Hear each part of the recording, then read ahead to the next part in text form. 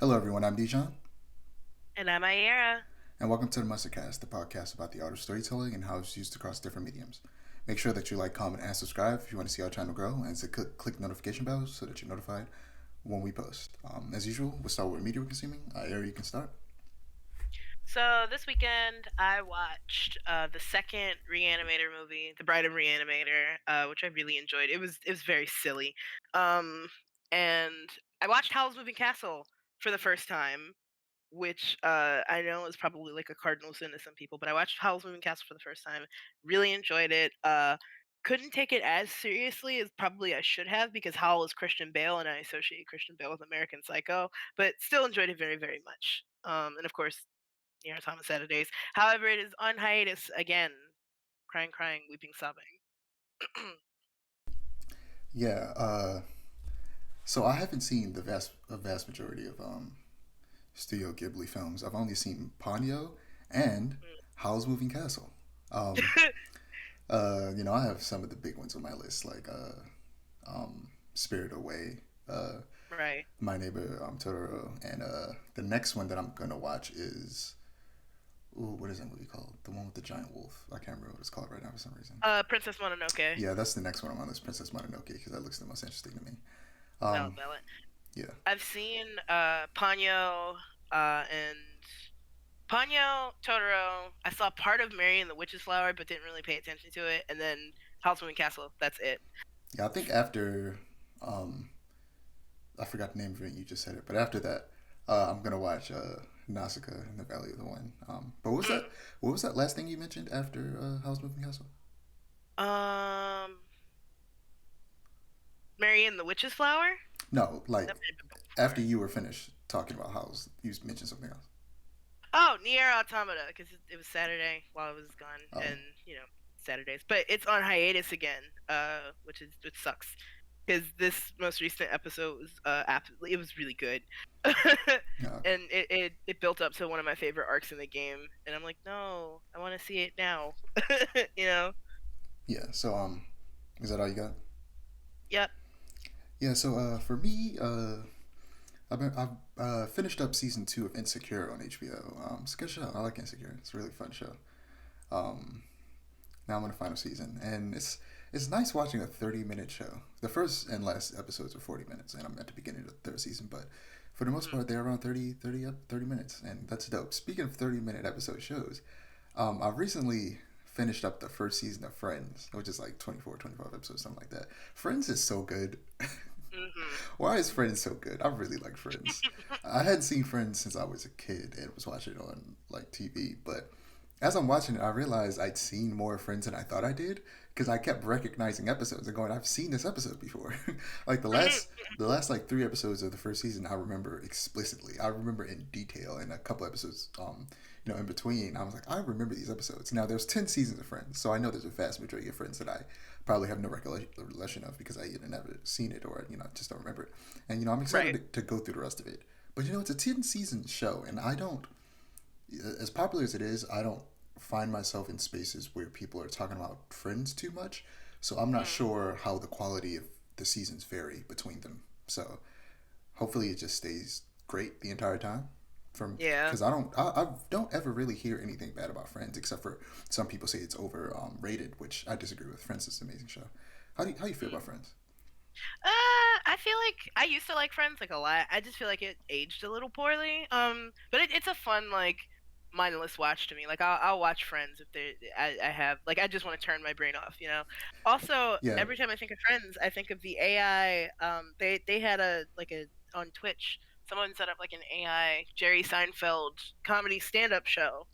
Where it would just tell jokes forever, but they were AI generated, and it was really funny. But it got taken off Twitch because it started being racist. I think oh, it was either racist or like transphobic, and it was crazy because it's like, huh? that How makes did that sense. happen? That makes sense because it's pulling from the internet, and there's nothing Yeah. but racist and trans is why am I trans is that's the wildest name.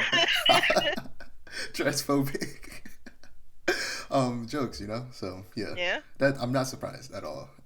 Yeah. Me um neither.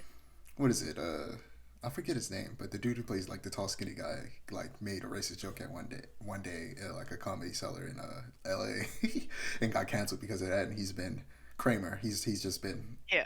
off. The he's just been gone ever since. Yeah. But yeah, I've also finished rewatching Cyberpunk Edge Runners. Such a good animated series. Mm. Um, I plan on playing the game eventually, but I'm waiting for it to get discounted significantly. I don't know if it'll go further than like it's almost always on sale, like 50% off.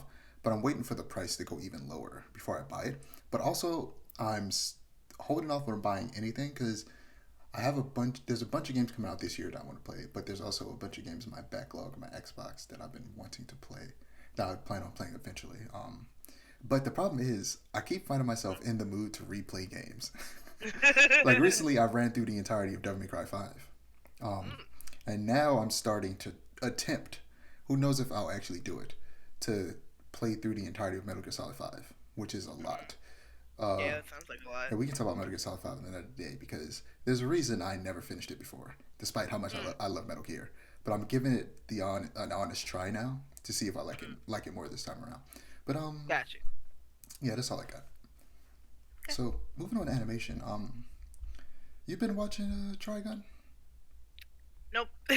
I've been so busy with my trip and stuff that Trigun is out of my mind. But I think I'm gonna do a binge watch probably tonight because I don't have anything else to do after I unpack. Yeah, so I was 2 episodes behind. I watched the last 2 episodes right before the podcast, and so I thought episode 8 was the last episode. I swear to God that Studio Orange on Twitter was advertising episode 8 as the season finale, and it wasn't. There's going to be like 12 Mm. episodes, and they're on episode 10 now, so there's at least 2 episodes left.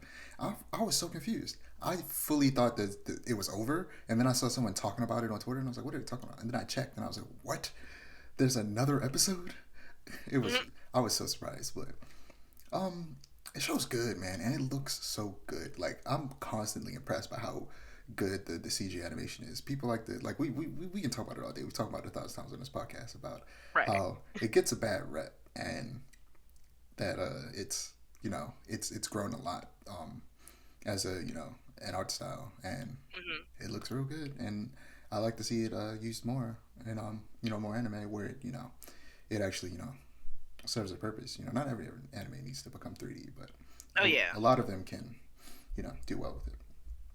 But as much as I like it, my biggest criticism of the show is um, it's overly serious.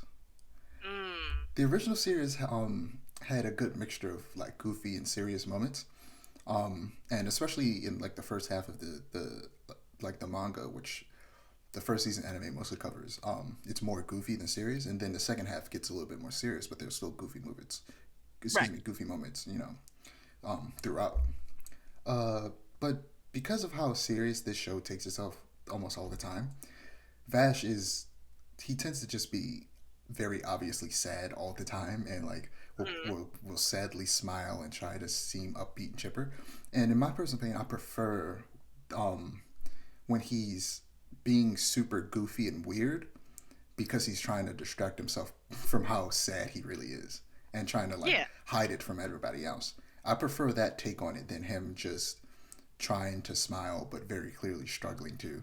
I prefer him to just actually like seem like a crazy person because he's doing it to distract himself from the overwhelming sadness in his life. Right. I'm not the biggest fan of the way they're going about showing how sad he is in the show. I feel like it's not the show itself is boring, but the way that they're going about his arc is kind of Boring. cliche and boring, and I'm Gotcha. not a fan of that. But Knives, on the other hand, is really interesting. I like how I because I'm not finished my reread of Maximum, so Mm. I don't remember what his motivation was in that. But I don't think it's anything like what his motivation in the current anime is. So I'm excited to get back and start to finish up my reading of Maximum so I can compare it because I really like the changes they're making to not just his motivations but the kind of his powers and what him and Vash are capable of. So yeah, I also have a theory though Mm. that this is no like I had this theory early on but kind of forgot about it and this, Gotcha. doesn't involve spoilers. But I think that after this show gets another season, but which I feel like it will, we're 100% going to finally get Millie back, and I think Mm-hmm. that she'll be related to Roberto somehow. Whether she's his daughter or like his niece or something like that, and then she'll start working with Meryl. Gotcha. Because I feel like ever since I saw Roberto, I was like, is he here to replace Millie? And then I thought, what if this is just leading up to like Millie's like related to him or something like that? That's what I always thought from the beginning. But now I feel like it's kind of being reinforced. That like they haven't said anything concrete, but I just have this feeling in my gut that that's what's going to happen in the next season. Mm-hmm. But yeah, that's all I got for Trigun. Did you check out the trailer for Teenage Mutant Ninja Turtles: Mutant Mayhem? I did, and it looks really good. It looks so good. A lot of people like to people I feel like people get upset about weird things, especially people get upset about the average person about weird things, where Mm-hmm. everybody likes to come. Obviously, they're naturally going to compare this art style to Spider Verse, Right. and they're not wrong to do so. But people are like especially animators are like, it's not the exact same. It's different, and it's like, yeah, it's different, but at its core, uh, it's at its core. Despite not having the knowledge, a lot of people can still see with their eyes that Spider Verse it's esque. it's obviously 3D, while they put these 2D textures over it to kind of make it look comic booky and make it look kind of partly hand drawn. Like that's it, like it's still clear what where the similarities are.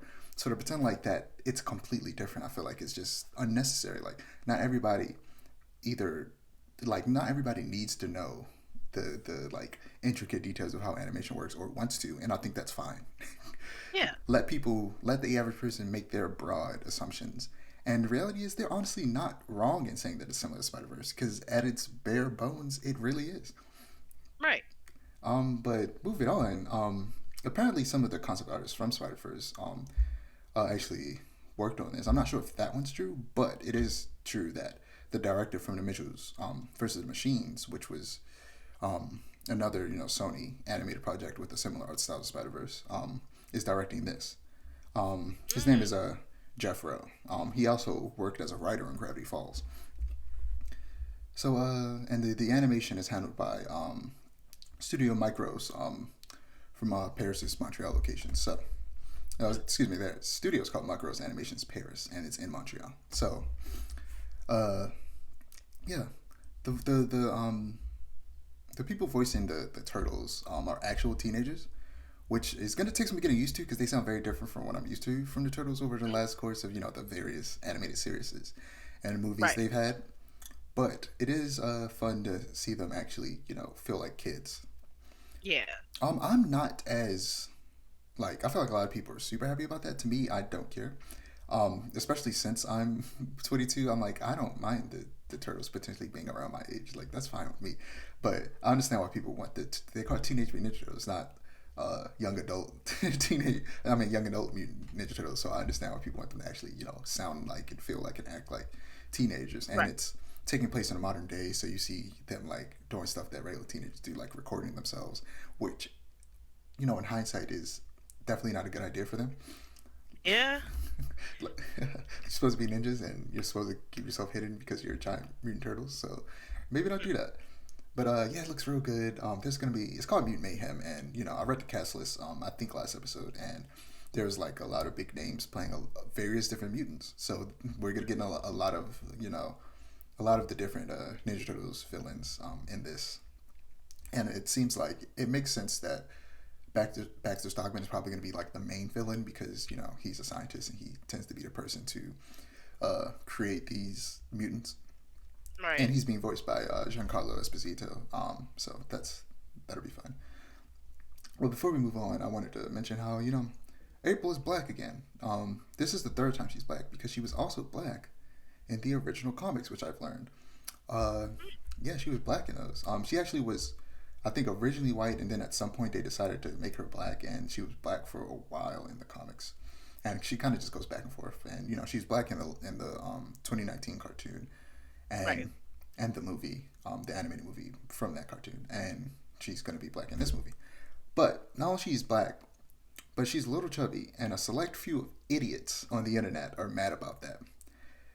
in reality, obviously, and this is very clear, it's just a bunch of racist, body shaming people who are mad that they can't sexualize her like they usually do because April tends to be that character that gets sexualized, especially since she's usually an adult. Um, Right. and they're mad that they can no longer do that because she's seemingly around the age of the turtles in this, and she doesn't fit the the stereotypical views of an attractive woman. And she's a child, so she shouldn't have to. So Right. stop being weird, people. Uh, she's probably gonna be just as great as she always is. I wonder what direction they're gonna take her in terms of aspirations because in the comics she's a scientist, but in the most of the cartoons she's a reporter. I'd like to see a version where they kind of blend the two of them, where she's maybe she's a scientist and maybe she has like a blog or something about science. That would be interesting. That would be really interesting. But yeah, it releases August 4th. I'm excited. Nice. Moving on to comics. Teenage Mutant Ninja Turtles again. I've read a little bit of it, and I just picked up where I left off, and Casey and the Turtles are pretty much in the middle of a gang war between the Foot Clan and Savate Ninjas, which is this like French ninja clan. Savate, I believe, is like also called French boxing. It's like a French martial art. But yeah, it's good, and it's being drawn by I think Kevin Eastman, who was one of the original artists and writers on the very first Ninja Turtle comics. Uh, do you have any comics before I move on that you've been reading, or anything you've been reading in general? Besides Chainsaw Man, no, because it updated recently. Oh yeah, And this most recent chapter was pretty good. Um, I like this new devil that they introduced a lot. I like her ability. Other than that, though, nope. yeah. I'm really excited to see where they're going with this because because I remember you at first were kind of like not feeling the idea of the love interest thing for Denji, but I feel like the way Mm, they're playing it, I like it, especially when that chapter where like he compared to the power, it hit me in my soul, and I was mm, like, you know what, yeah, let it happen. I think that was my turning point too. It was like, aw, man, come on, you can't do this to me. Because power is my favorite. And then they snatched it away from us, Right. and now we're like, now that we want it, you take it away. I am glad that I got to see more of Nayuta though. I want to see more of more Nayuta because I don't know. I want to see how she's matured since part one. Yeah. So Black Adam. So Malik, the main character of this Black Adam comic, is a descendant of Black Adam, who Adam passed the mantle of Black Adam onto. So he was caught in a trap that was intended for Black Adam. It was a retrofitted from a trap made by Mirror Master to trap the Flash. So when Malik trips the alarm, Mirror Master goes to check it out and ends up getting trapped in there with Malik. Um, but for some reason, inside the trap is this like VR headset. That's it's a superhero world, so it's more than VR. And he is essentially actually transported into a version of ancient Egypt back when Black Adam went by Mighty Adam, and he was a good guy initially. And reading this issue and learning more about Black Adam and who he was, in the past, um, kind of made me even more mad about how bad the Black Adam movie was and how good it could have been. Mm, Because they could have went the route of Black Adam seeming like a hero to the people of Kahndaq, despite the fact that he's killing people. But in the movie, Kahndaq is essentially being occupied by a paramilitary group, and the Justice Society of America hasn't been doing anything for them. But as soon as Black mm, Adam shows up, the Justice Society shows up. Um, and two members, there's I think like four of them, but the two members that are most prominent is Doctor Fate and Hawkman. The problem with the movie was that Hawkman is a character who he's a complicated character, but for the most part he was killed in ancient Egypt and is reincarnated every time he dies. mm. And Doctor Fate is a mantle that's been passed down through generations. And what were you about to say? I said that sounds interesting. That's all. Yeah. And despite the fact that these are two characters who have intrinsic ties to Egypt, both Doctor Fate and Hawkman, and Black Adam is also Egyptian, and Kahndaq is in Egypt, they didn't explore that. They didn't go like, okay, maybe Hawkman was around back when Black Adam was first coming about, and same thing with the previous owner of the Helm of Fate. They didn't do anything like that, which would have been interesting. And everybody was like, why didn't they do that? They brought in these two characters that are intrinsically tied to that world and just didn't do anything with it. And if I have my say, Hawkman and Doctor Fate, the version of them that existed centuries ago when Mighty Atom was Black Adam, would know that he is truly an evil person, despite the fact that it seems like he's doing a good thing for the people of Conduct by, kind of killing and expelling this paramilitary group. But it slowly becomes clear that he's an example of absolute power, corrupts absolutely, and over time he just became evil and essentially became a dictator, and he plans to do that again. And, eventually they realized, the people, or at least, there were some other main characters that weren't superheroes. Those people realized that, oh, Black Adam isn't the person we think he is, and we should help these people take him down. That would have been much more interesting, because the reality is, Black Adam is a bad guy. Stop trying to make him a good guy. But anyway, Monkey Prince. This is another DC comic. So I'm not a fan of crossover events, but Lazarus Planet has been interesting because it's been introduced me to a bunch of characters in their comics. This one being Monkey Prince. It had a tie-in issue. It had a couple tie-in issues that I've been reading to keep up with the event. And they have been really good. It makes me want to go back and read the previous issues, which I'll get around to doing eventually. But I've got a lot of comics to read. Who knows when I'll get around to it. Speaking of Lazarus Planet, the issues themselves also have been basically kind of like anthology stories, and they have introduced some very interesting characters. Like they recently introduced a trans character. I forget their name. It's like something to do with electricity. I can't remember. But and they also have brought back some older characters. Not older, but it's weird. Like years ago, they introduced a bunch of like brand new characters that were meant to be like, kind of like spearhead this new initiative they were doing. Just to like, they didn't do very well, so they kind of just threw them away. And they've kind of brought some of those characters back. And one of those characters named Sideways was reintroduced in this event, and I thought that was interesting. But speaking of characters with electric powers, Static. Which some of you guys may know as Static Shock. Stop it. Because his name isn't Static Shock. It's just Static. Even in the show, nobody calls him Static Shock because his name isn't Static Shock. It's just Static. Static Shock is just the name of the show. And not only that, it wasn't until after the show that some of his comics, some of them, started to be called Static Shock. But that stopped immediately. Before the show, his comics were just called Static. A little bit after the show, they called Static Shock, but then they went back to just Static. His name is just Static. I go on that rant every single time I talk about Static because I know if I just say Static, nobody's going to know who I'm talking about because they're used to calling him Static Shock. So I have to make it clear. I'm talking about who you know as Static Shock. His name isn't Static Shock. It's just Static. He was named after the James Brown song. I definitely was about to ask. I was going to be that guy. So thank you for clearing that up. To mention the James Brown song? Huh? To mention the James Brown song? No, who asked, are you talking about Static Shock? Yeah, so this is essentially what they're calling they've been kind of calling their arcs in these comics lately seasons. So this is meant to be season 2 of Static. It's called Shadows of Dakota. And it was drawn, the first part was drawn by Nicholas J. Barbie, but I think he's also writing this time around. And after this story arc, I think he might be leaving the comic, but it's been good to see these milestone characters come back, especially Static, who's easily the most popular of them all. So far, the Bang Babies, which are essentially this world's version of mutants, are being discriminated against and kidnapped for experimentation. And somebody other than Static is standing up for them, but they're using far more extreme means to do so, aka killing people. And I'm excited to see where this story goes because I like Static. And I'm waiting for us to get that live-action Static movie. Yeah, I've been reading a lot of comics, so I got 4 more. That's real. Like the last couple of weeks, I have just been reading so much. So Grim. So I'm just gonna read the synopsis of the story. Okay. Jessica Harrow is dead, and her journey has only just begun.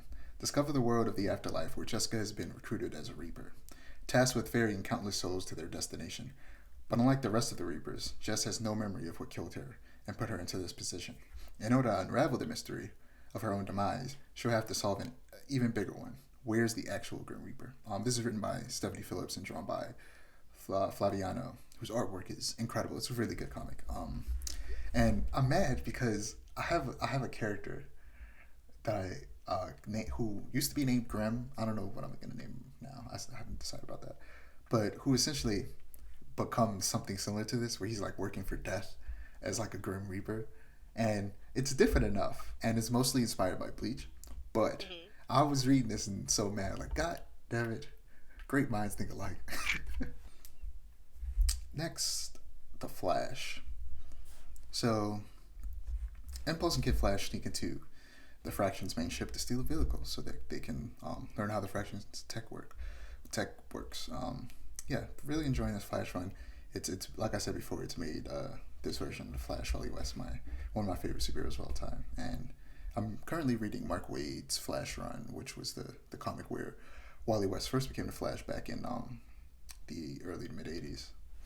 And it starts off with essentially kind of recontextualizing Wally's origin when he first became Kid Flash, and eventually became the Flash. So it's been good so far. Poison Ivy. In the last issue I read, Harley came to visit Poison Ivy in San Francisco after receiving a bunch of letters from her. And she uses the PhD in psychiatry that everyone forgets that she has to help Ivy kind of reconcile with her powers. Because, yeah, she's a psychiatrist. She's working Arkham Asylum. She's very smart. Last but not least, Go-Go Power Rangers. So, I've randomly found myself in a Power Rangers mood and decided to start reading Go-Go Power Rangers, drawn by one of my favorite artists, Aiara. It's a retelling of the story from the show in the modern day, and it's been really good so far. But I have one big problem, and this is a problem that persists across all comics, and when reading comics starts to get complicated. So I went to start reading Volume 6, and it starts with a huge time skip that jumps over the introduction of Tommy Oliver, the Green Ranger, which in the way they were introducing Tommy in this was feeling real cool, and the next thing you know, I just go to issue 21 or whatever, 21 or 22, and all of a sudden he's here, and he's already a part of the team, and I'm like, what is happening? I'm supposed to see his villain arc. What's going on? And right, this is an annoying thing that comics do. You'll be reading a story starting from issue 1 and following it with no problem, and then all of a sudden the status quo changes because something happened in another comic that you aren't reading. So I had to search and figure out on Google where I had to go next to pick up with Tommy's villain arc, and I had to go back to another comic called Mighty Morphin Power Rangers, which came out before Go-Go Power Rangers, because Go-Go Power Rangers is apparently a prequel to Mighty Morphin Power Rangers, which Mighty Morphin picks up when Tommy joins the team. But in this universe, in the show, he doesn't immediately join the team. He's a villain already. But in this one, he's kind of infiltrating the team as the Green Ranger. And there's still some context missing that just is nowhere to be found, but I finally found where I need to read to fill in that gap. But we'll see how it goes. I got real annoyed. I was like, why is this happening? I don't blame you. That sounds annoying. Yep, yeah. Comps can get real annoying like that sometimes. But moving on to TV and film.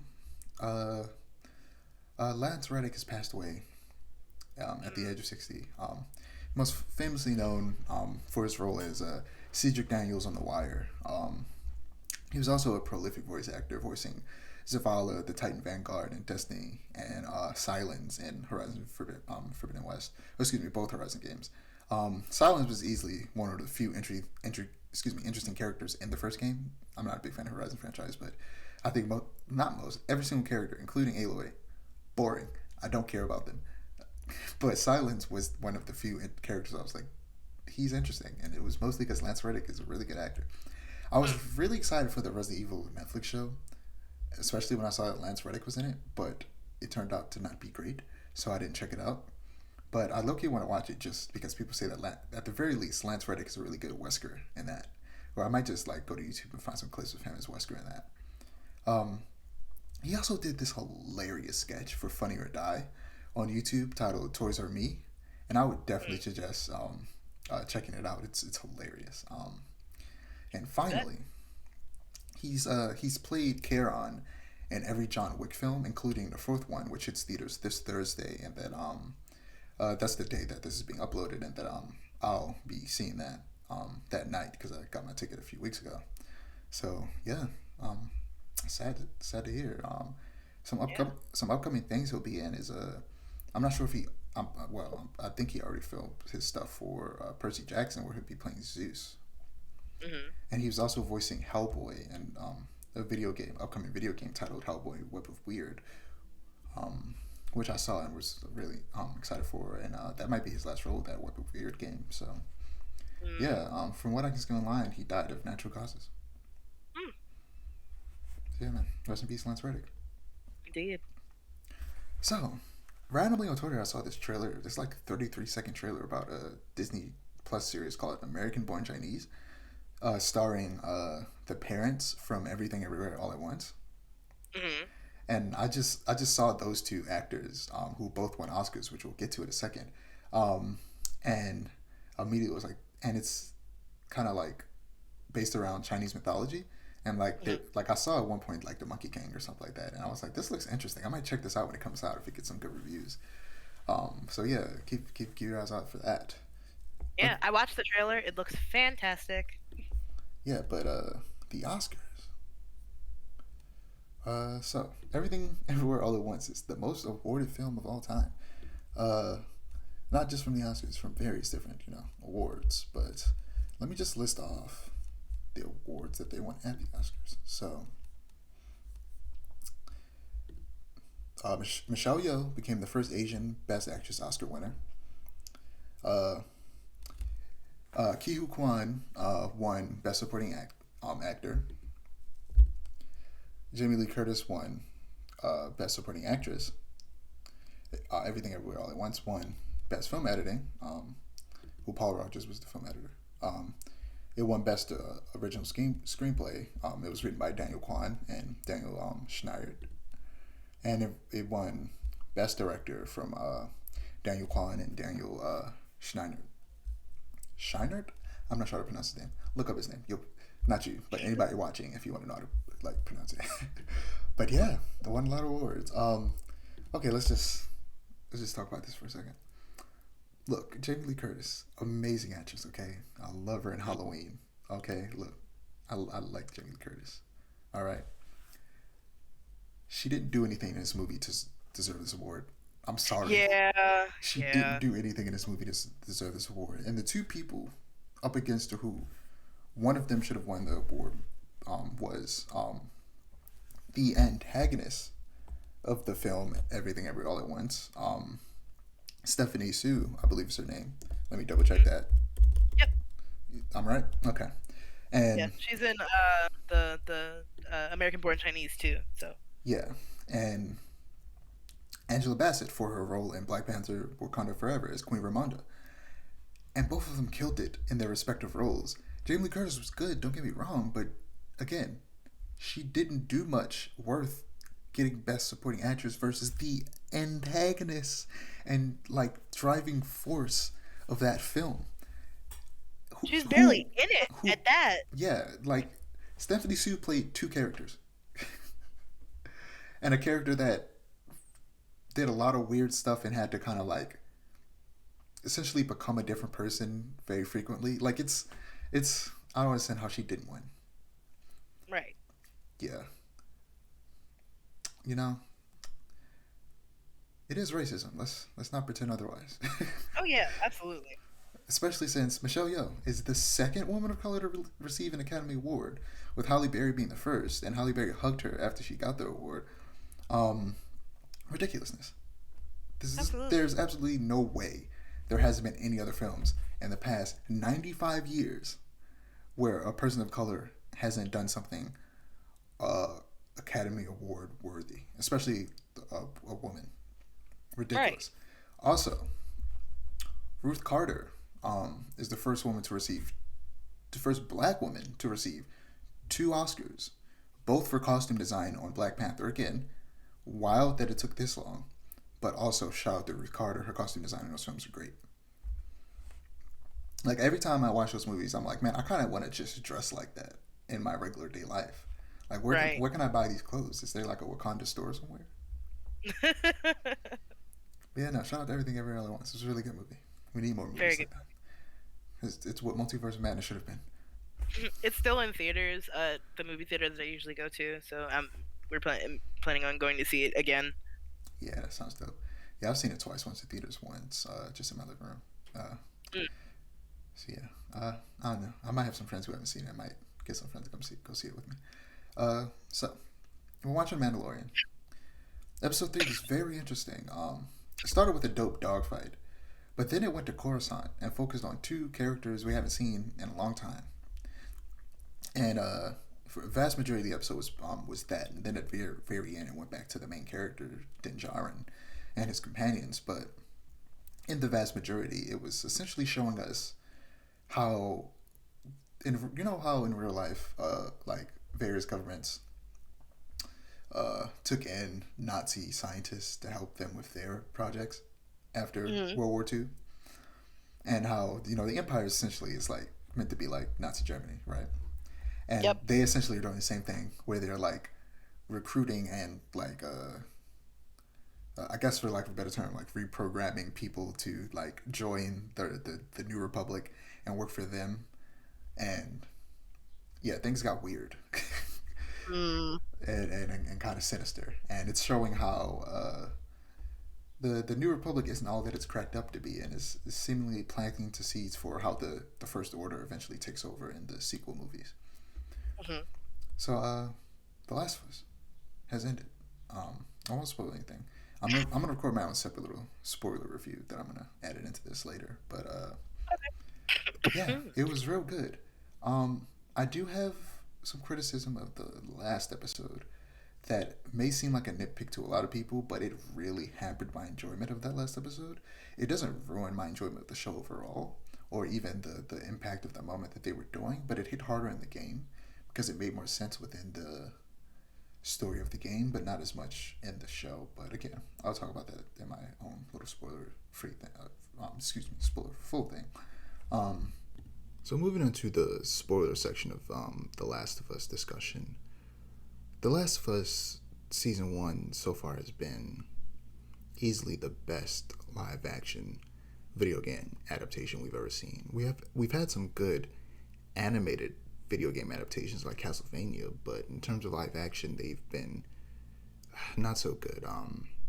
Naughty Dog has another live action adaptation of one of their games, Uncharted, that in comparison to The Last of Us, is honestly kind of embarrassing. Part of what makes this adaptation so good is this quote from Neil that he says in one of the kind of like behind the scenes videos that HBO has in at the end of their shows. And he says, "My philosophy on this show has always been, when should we deviate and when should we come back? If it's kind of the same or worse, we stay where the game is. If it's better, we deviate." And that's just a solid philosophy. When making something like this, you want to make you want the people working on it to revere the game, to love the game so much that they aren't convinced that every single thing they do will be elevated in comparison to the source material. Someone who respects the game greatly and doesn't think every single change that they make is godlike and elevates it, completely. As well as having someone like Neil Druckmann, who was a lead on the original game, on the source material, working on the project. And when you have those two things combined, someone who isn't going to make all these changes because they think they're better, and someone who understands the source material through and through and understands what they could have done better, you have something like this that is similar yet different in all the right ways.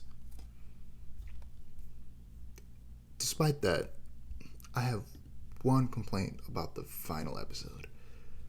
So, it doesn't ruin my enjoyment of the show as a whole, but I feel like this version of Joel taking out all of those soldiers in the hospital isn't feasible.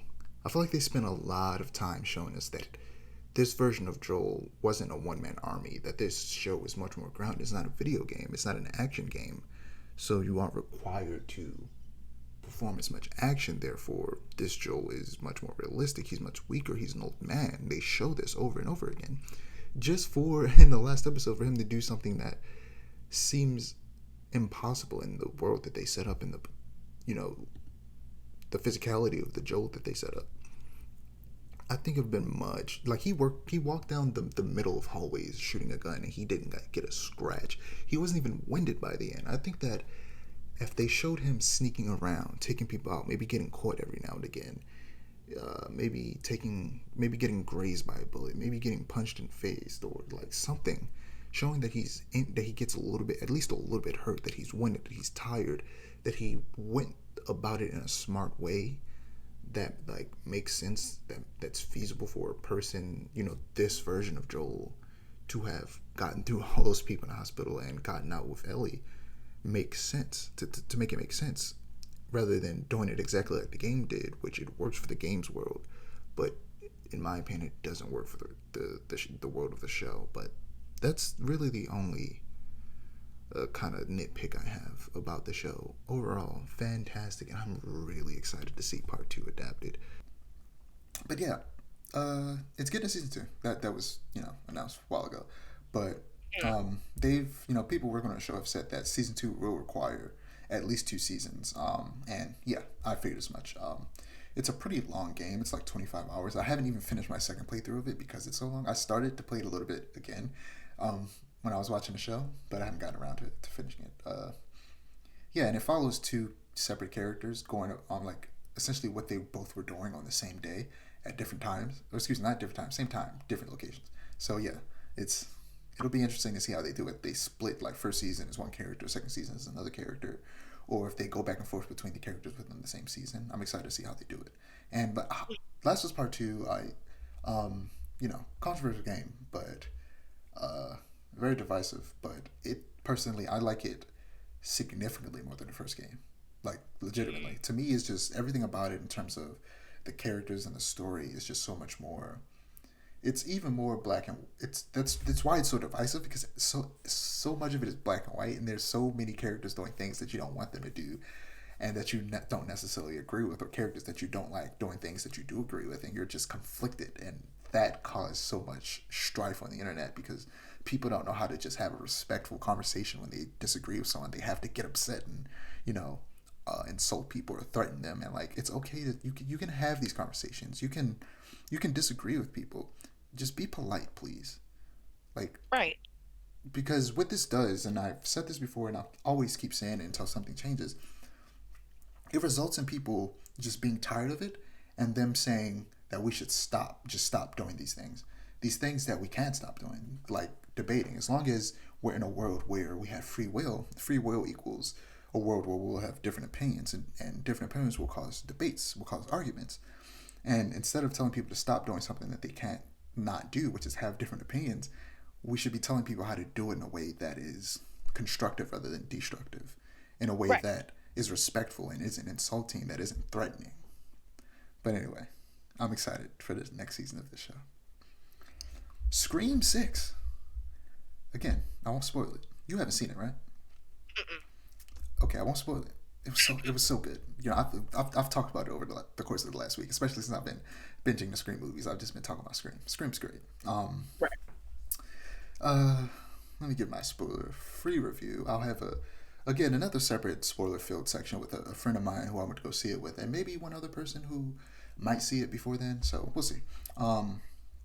So I did a Scream marathon with said friend because I got 2 tickets and then asked them if they wanted to come with me. I got 2 tickets just in case somebody wanted to come, and they said yeah, but they said they hadn't seen any of the Screams, and I said how. So we went through a marathon. I had previously watched both Scream 4 and 5 for the first time. Not in that order. I watched 5, then 4. I kind of went backwards. I watched 5, 4, then rewatched 3 for the first time in years, and then ended up rewatching them all in order with my friend. We watched the first 3 all in one sitting, and then the second 2 in another sitting, and then a week after that we went to go see 6. And 6 couldn't have been better. It really couldn't have. It was a breath of fresh air that the franchise needed, while not feeling so different that it felt like it wasn't, part of this franchise. I would compare Scream 5 to The Force Awakens. It's a new entry in a decades-old franchise that introduces new characters and a bit of a rehash of the original. Where Mhm. Scream 6 succeeded where I think The Last Jedi didn't in moving the franchise in a new direction while still holding on to what makes the franchise special. Um, yeah, it was. I liked it a lot, and it's been getting rave reviews. Yeah, I'll talk more in detail about the things I like about it in a minute. So, from this point forward, full spoilers for Scream 6. So, if you don't want to be spoiled, you should leave right now. So, I'm bringing in my friend Takira to help me with this review because we went to go see Scream 6 together. You want to introduce yourself? Hey there, I'm Takira, prefer to go by Kira, an aspiring voice actress who just watched all the Scream movies. Fantastic. So, Kira, we went to go see Scream 6, but before that, you've never seen any of the Scream movies. Uh, so, what was your experience like watching the first five movies? It was different. Like I had always known about Scream, I had always heard about Scream, but it wasn't. It was different actually watching the movies and actually, being able to experience that for the first time. I wish I had seen them sooner. Yeah. How would you rank the five movies if you can? Mm, Only the first five, not including six. only the first five. Yeah. I like the first one the best. That would be number one. Um, probably, probably three would be second. Then five. No, no, no. I'm sorry. Then yeah, five, two, then four.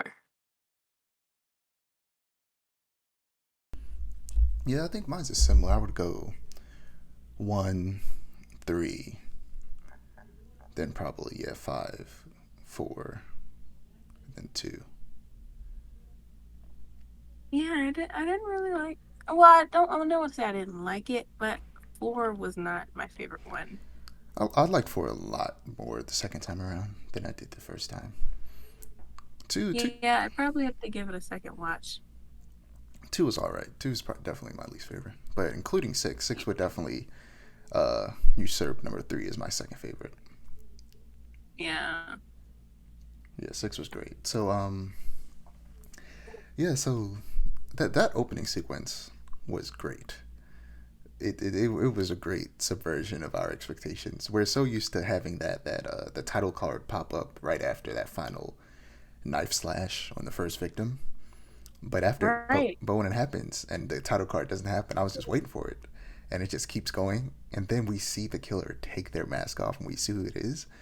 I for a second thought that we were just gonna be following the killer for the whole movie, but then it turns out no, that's not the case at all. There will be a giant spoiler button up on the screen, but I'll say extra spoiler alert right here.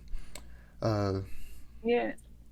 yeah, that opening was amazing. The Yeah, no, I agree. It was definitely really different. Like I was not expecting that at all. Like having seen all of them, I, seeing them, and then for it to have changed the formula like that, I thought it was really cool. Yeah, that was definitely a goal they had. I watched a podcast by Did Meet. I've actually showed you one of their videos specifically on Scream, where they do a kill count, where they go through horror movies and count the kills and discuss about like behind the scenes stuff. And they're actually friends with Radio Silence, the group of creators that led the last two Scream movies, and they talked about Scream Mhm. 6, and I got a lot of insight into the inner workings of that movie. And it was definitely their goal. Like the fifth movie was very similar to the first one in a lot of ways, and it was very by the books. Mhm. Whereas this one, they went out of their way to make it different, and also kind of really highlight all of these characters. The core four are all great. They're all really good characters, and I'm glad they all survived. I thought that one dude was gonna make it, but No, same.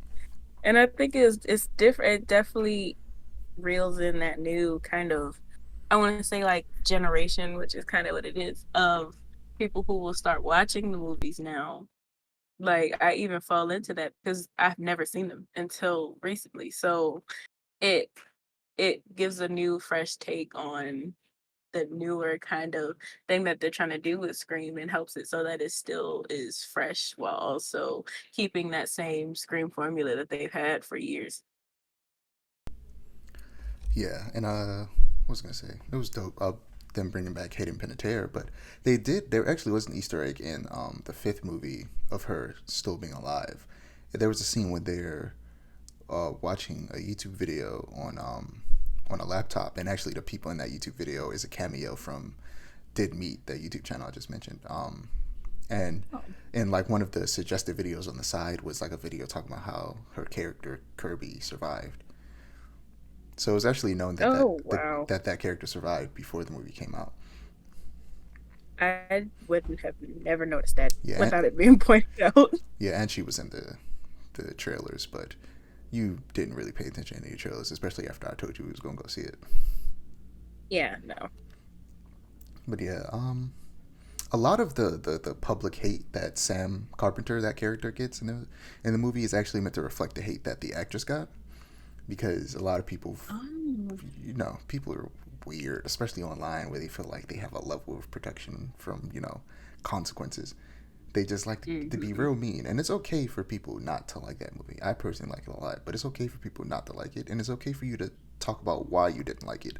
But that doesn't mean you need to start attacking the people who worked on that project, or threatening them or anything like that. And yeah, Yeah. she came into this project with a bit of a chip on her shoulder to try and really show the people how her character is different from the previous main protagonist, and I think she did a great job. Like as messed up as it is, and it shouldn't have had to happen for this to happen, it kind of did result in, I feel like, a better story and maybe even better acting on her part because of the bit of the hardship she had to go through, even though she just shouldn't have had to in the first place. Yeah, it was definitely different.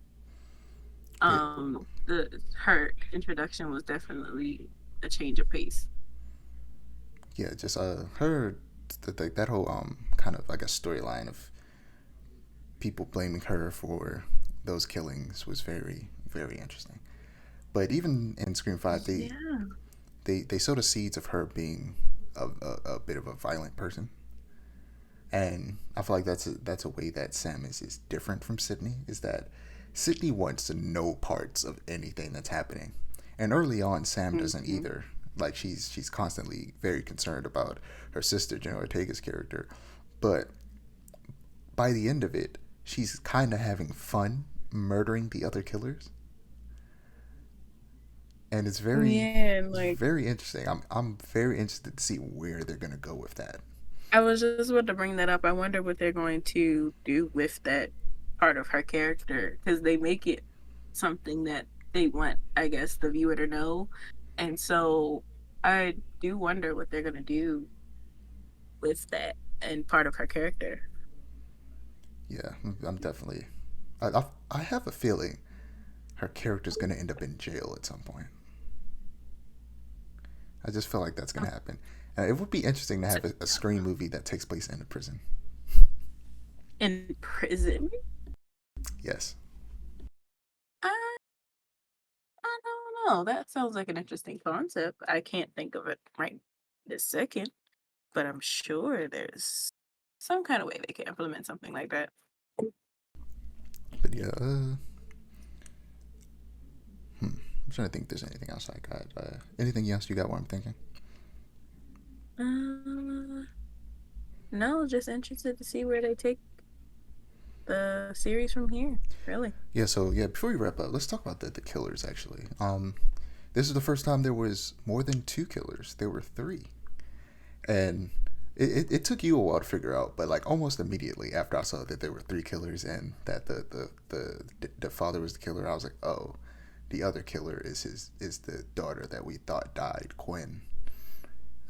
I was like, oh yeah, that's her. In the moment, I had my doubts, and I definitely thought it was the twin girl. I can't remember her name at the top of my head, from the Core 4 for just like a split second, after the boy took his mask off, I had my doubts about that, but I still had thought it was her only because of the thing with the train, and they were very vague about what happened and how where she was now.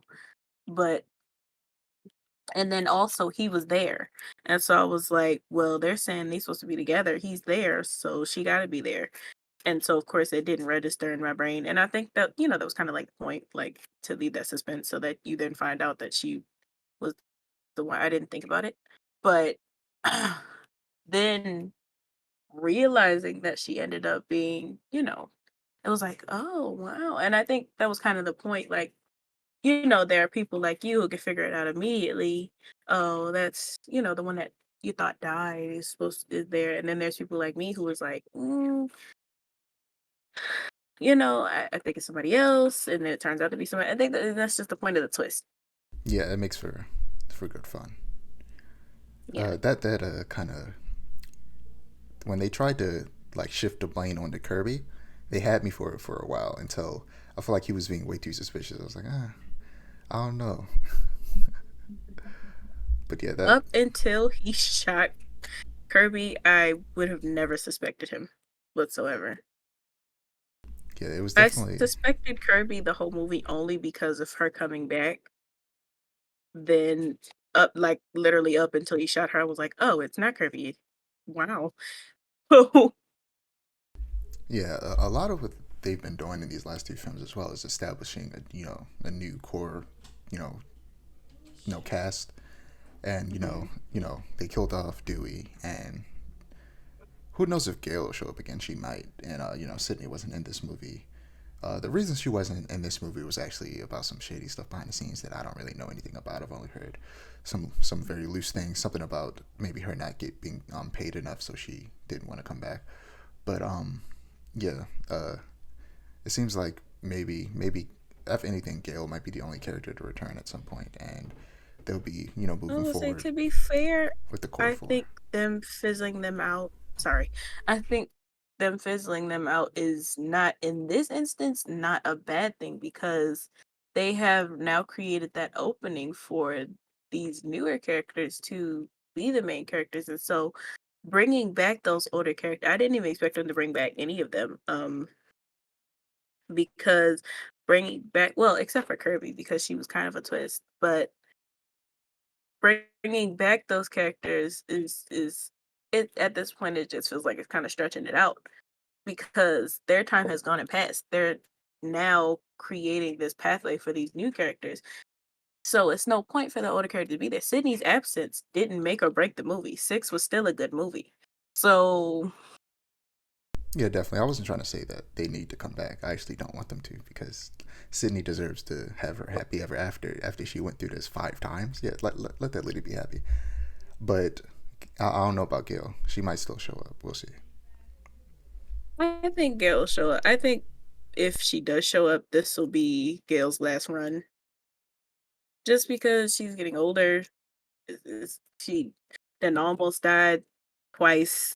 Like, it's just at this point where it's just, they done took away Dewey, they done took away Sydney, they done took away, like, just they might as well just take away Gail. And I think Gail is just, her time is coming. Yeah, it's funny watching Friends and seeing a young Courtney Cox after seeing an older her in Scream 6. So, what's your history with the Scream franchise before you move on?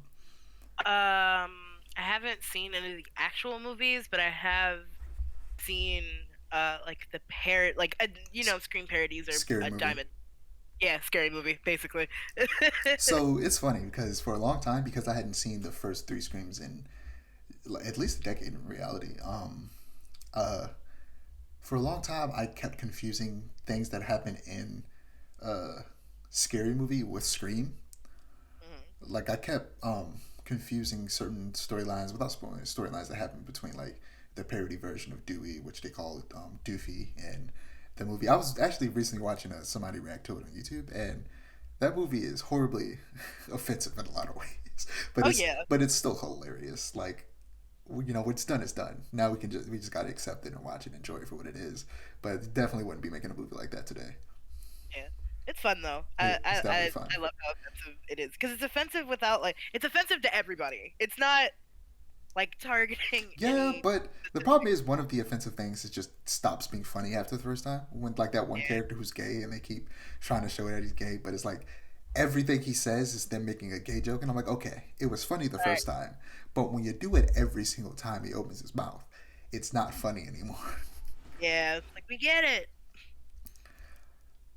But yeah, it's a good movie, and it was early 2000s. Everything was hella edgy and trying to just be mean all the time in early 2000s, and that results in some comedy gold. Mhm. Uh, so we're on video games. Fortnite actually looks interesting. Still don't plan on playing it, but like I'm not one of those people who hate on it just to hate on it because it's popular. Like, stop hating on Fortnite. It's popular for a reason. It's because it's a good game and people like it. Right. Just because it's like, just because it's popular, you don't have to hate on it. Like, just don't play it. Just don't play it. But so they've recently have like a no build mode where there's no building or anything. So to kind of like bridge the gap of that's left from there being no building, they have added a bunch of like mobility options. Mm. And then the most recent season, there's this small city section on the map where there are like rails that you can grind on, kind of like Sonic, and also they're adding some Attack on Titan skins, Aaron Yeager, and with that comes the ODM gear that they use to swing around, and like it's you just have it, and it looks cool and it works well, and it's dope. Sound. And they also have this katana that turns it low key into a hack and slash a little bit, and I'm like, man, this game looks fun. Honestly, if those developers like made just some other type of like a single player game, they could like an open world single player game with that like combat and that kind of like mobility, they could make something great. Oh yeah. Like I wouldn't be surprised if at some point a bunch of the devs on Fortnite like split off and form their own like studio and start making their own games. That would be Because they do yeah, because because it's a big studio and it's a um, Epic. So like if people leave, they'll fill those seats real fast. oh yeah. There's plenty of people out there who want to work in Game Design and would be more than willing to work on Fortnite. Right. So yeah, what were we gonna say? Sorry to cut you off. I don't remember. Oh my bad. You're all You good. no, I think you were saying something like it would be cool to see them do that. Oh yeah, it would definitely be. Excuse me. It would definitely be cool to see the Fortnite devs do something like, like a project that is non-Fortnite related. Because to be honest, I'm not a Fortnite fan. I'm not really a FPS fan in general, but like it has cool mechanics, Yeah, like super cool mechanics for a video game. yeah, So because like, I want to see those mechanics applied elsewhere to a game that I would enjoy. yeah, it's because every time they bring in like some type of character from another franchise, they make a really cool version of that character. Like first and foremost, also design wise, there's some good character designers over there at Epic because every time they bring in a character from another franchise, like a superhero especially, they will redesign their costumes in the dopest way possible. And even their like original designs for costumes are really dope.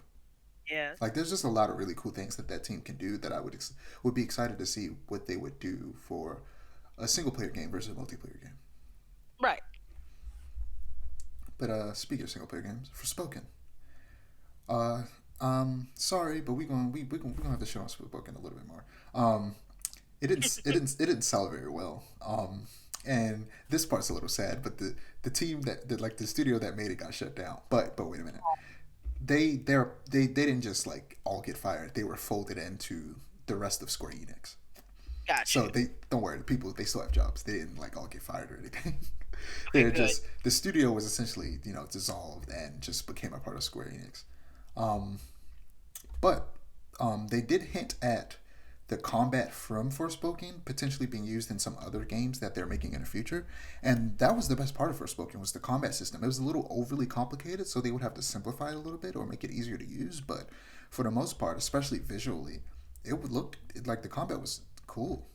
So, like, this is a game that if it was allowed to get a sequel, I feel like they would be able to learn from every mistake that they made and could make something really special. But that's probably not going to happen. And instead, they're just going to take what they built for this game and use it for something else. And that's almost just as good, in my opinion.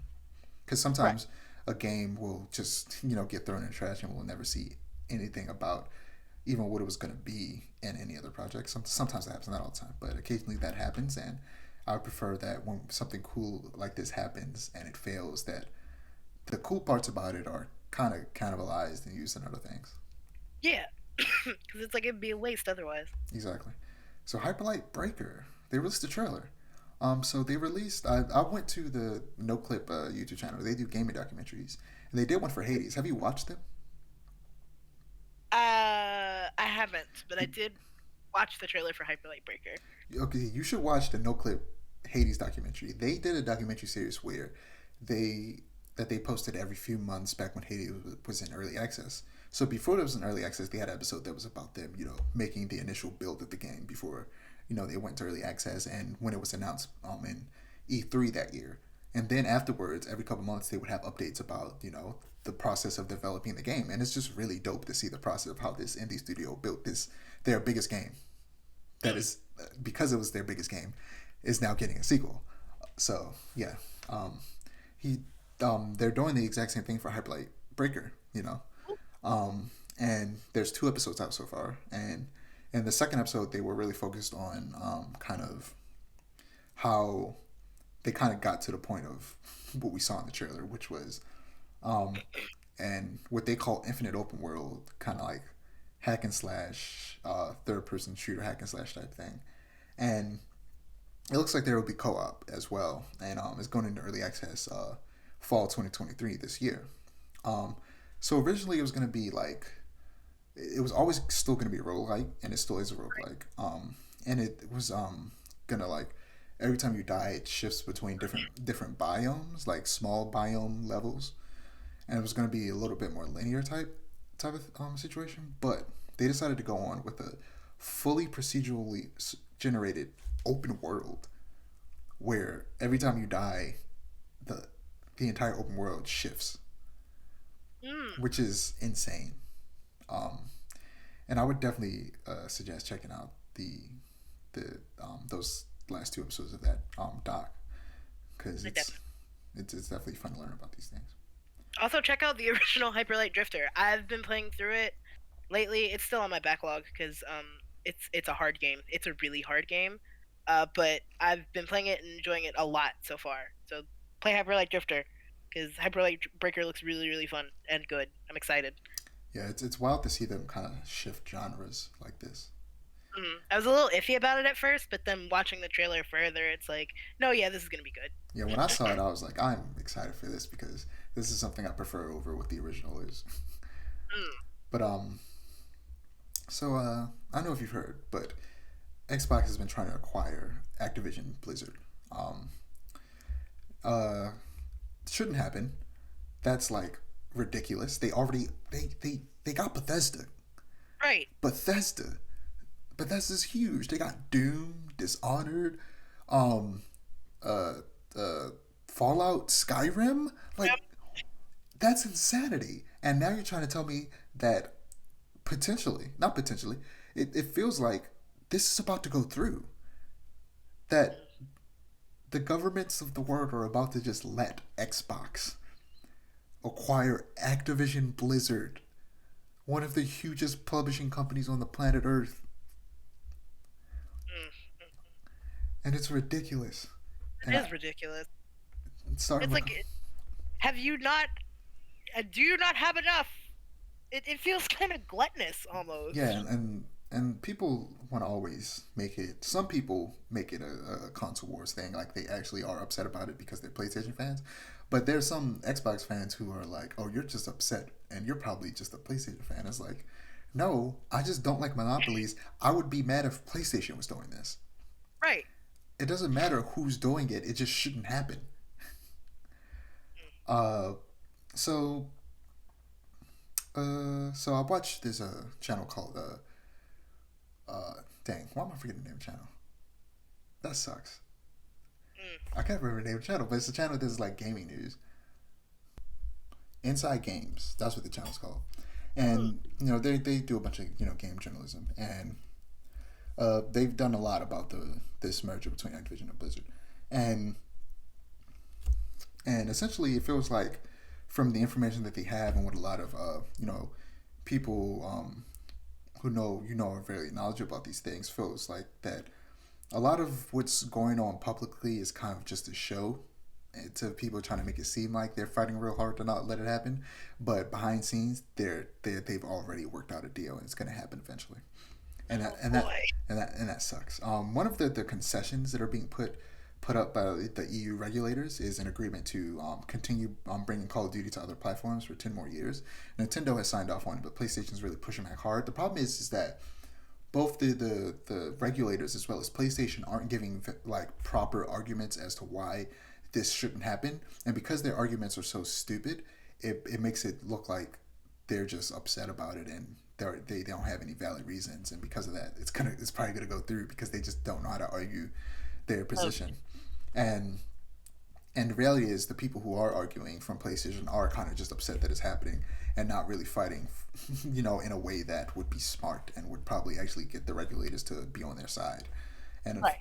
and as much as I hate this, if it were to happen, which I don't want it to, but if it were to happen, there would be a silver lining, and that silver lining would be that it would force PlayStation to actually start making some first person shooters, and Yeah. they before they make a new one, they would probably just bring back the old ones like Killzone and Resistance. Okay, those are two first person shooter franchises that they have. The first two the first one didn't. Killzone was whatever. The second one was really popular.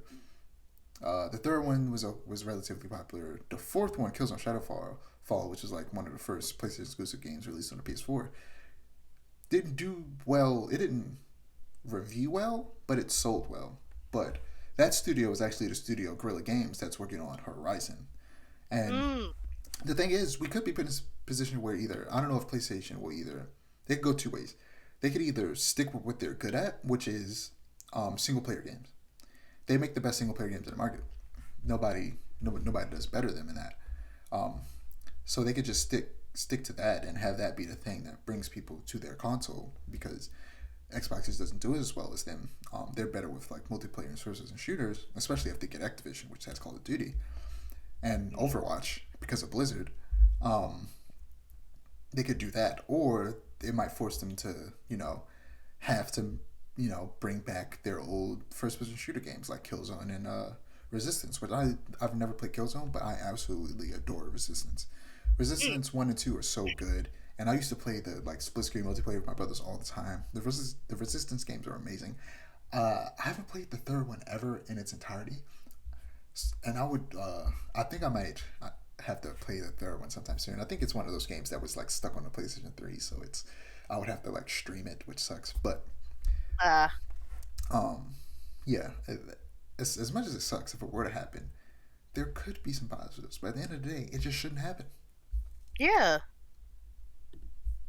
It's like, what even is the point?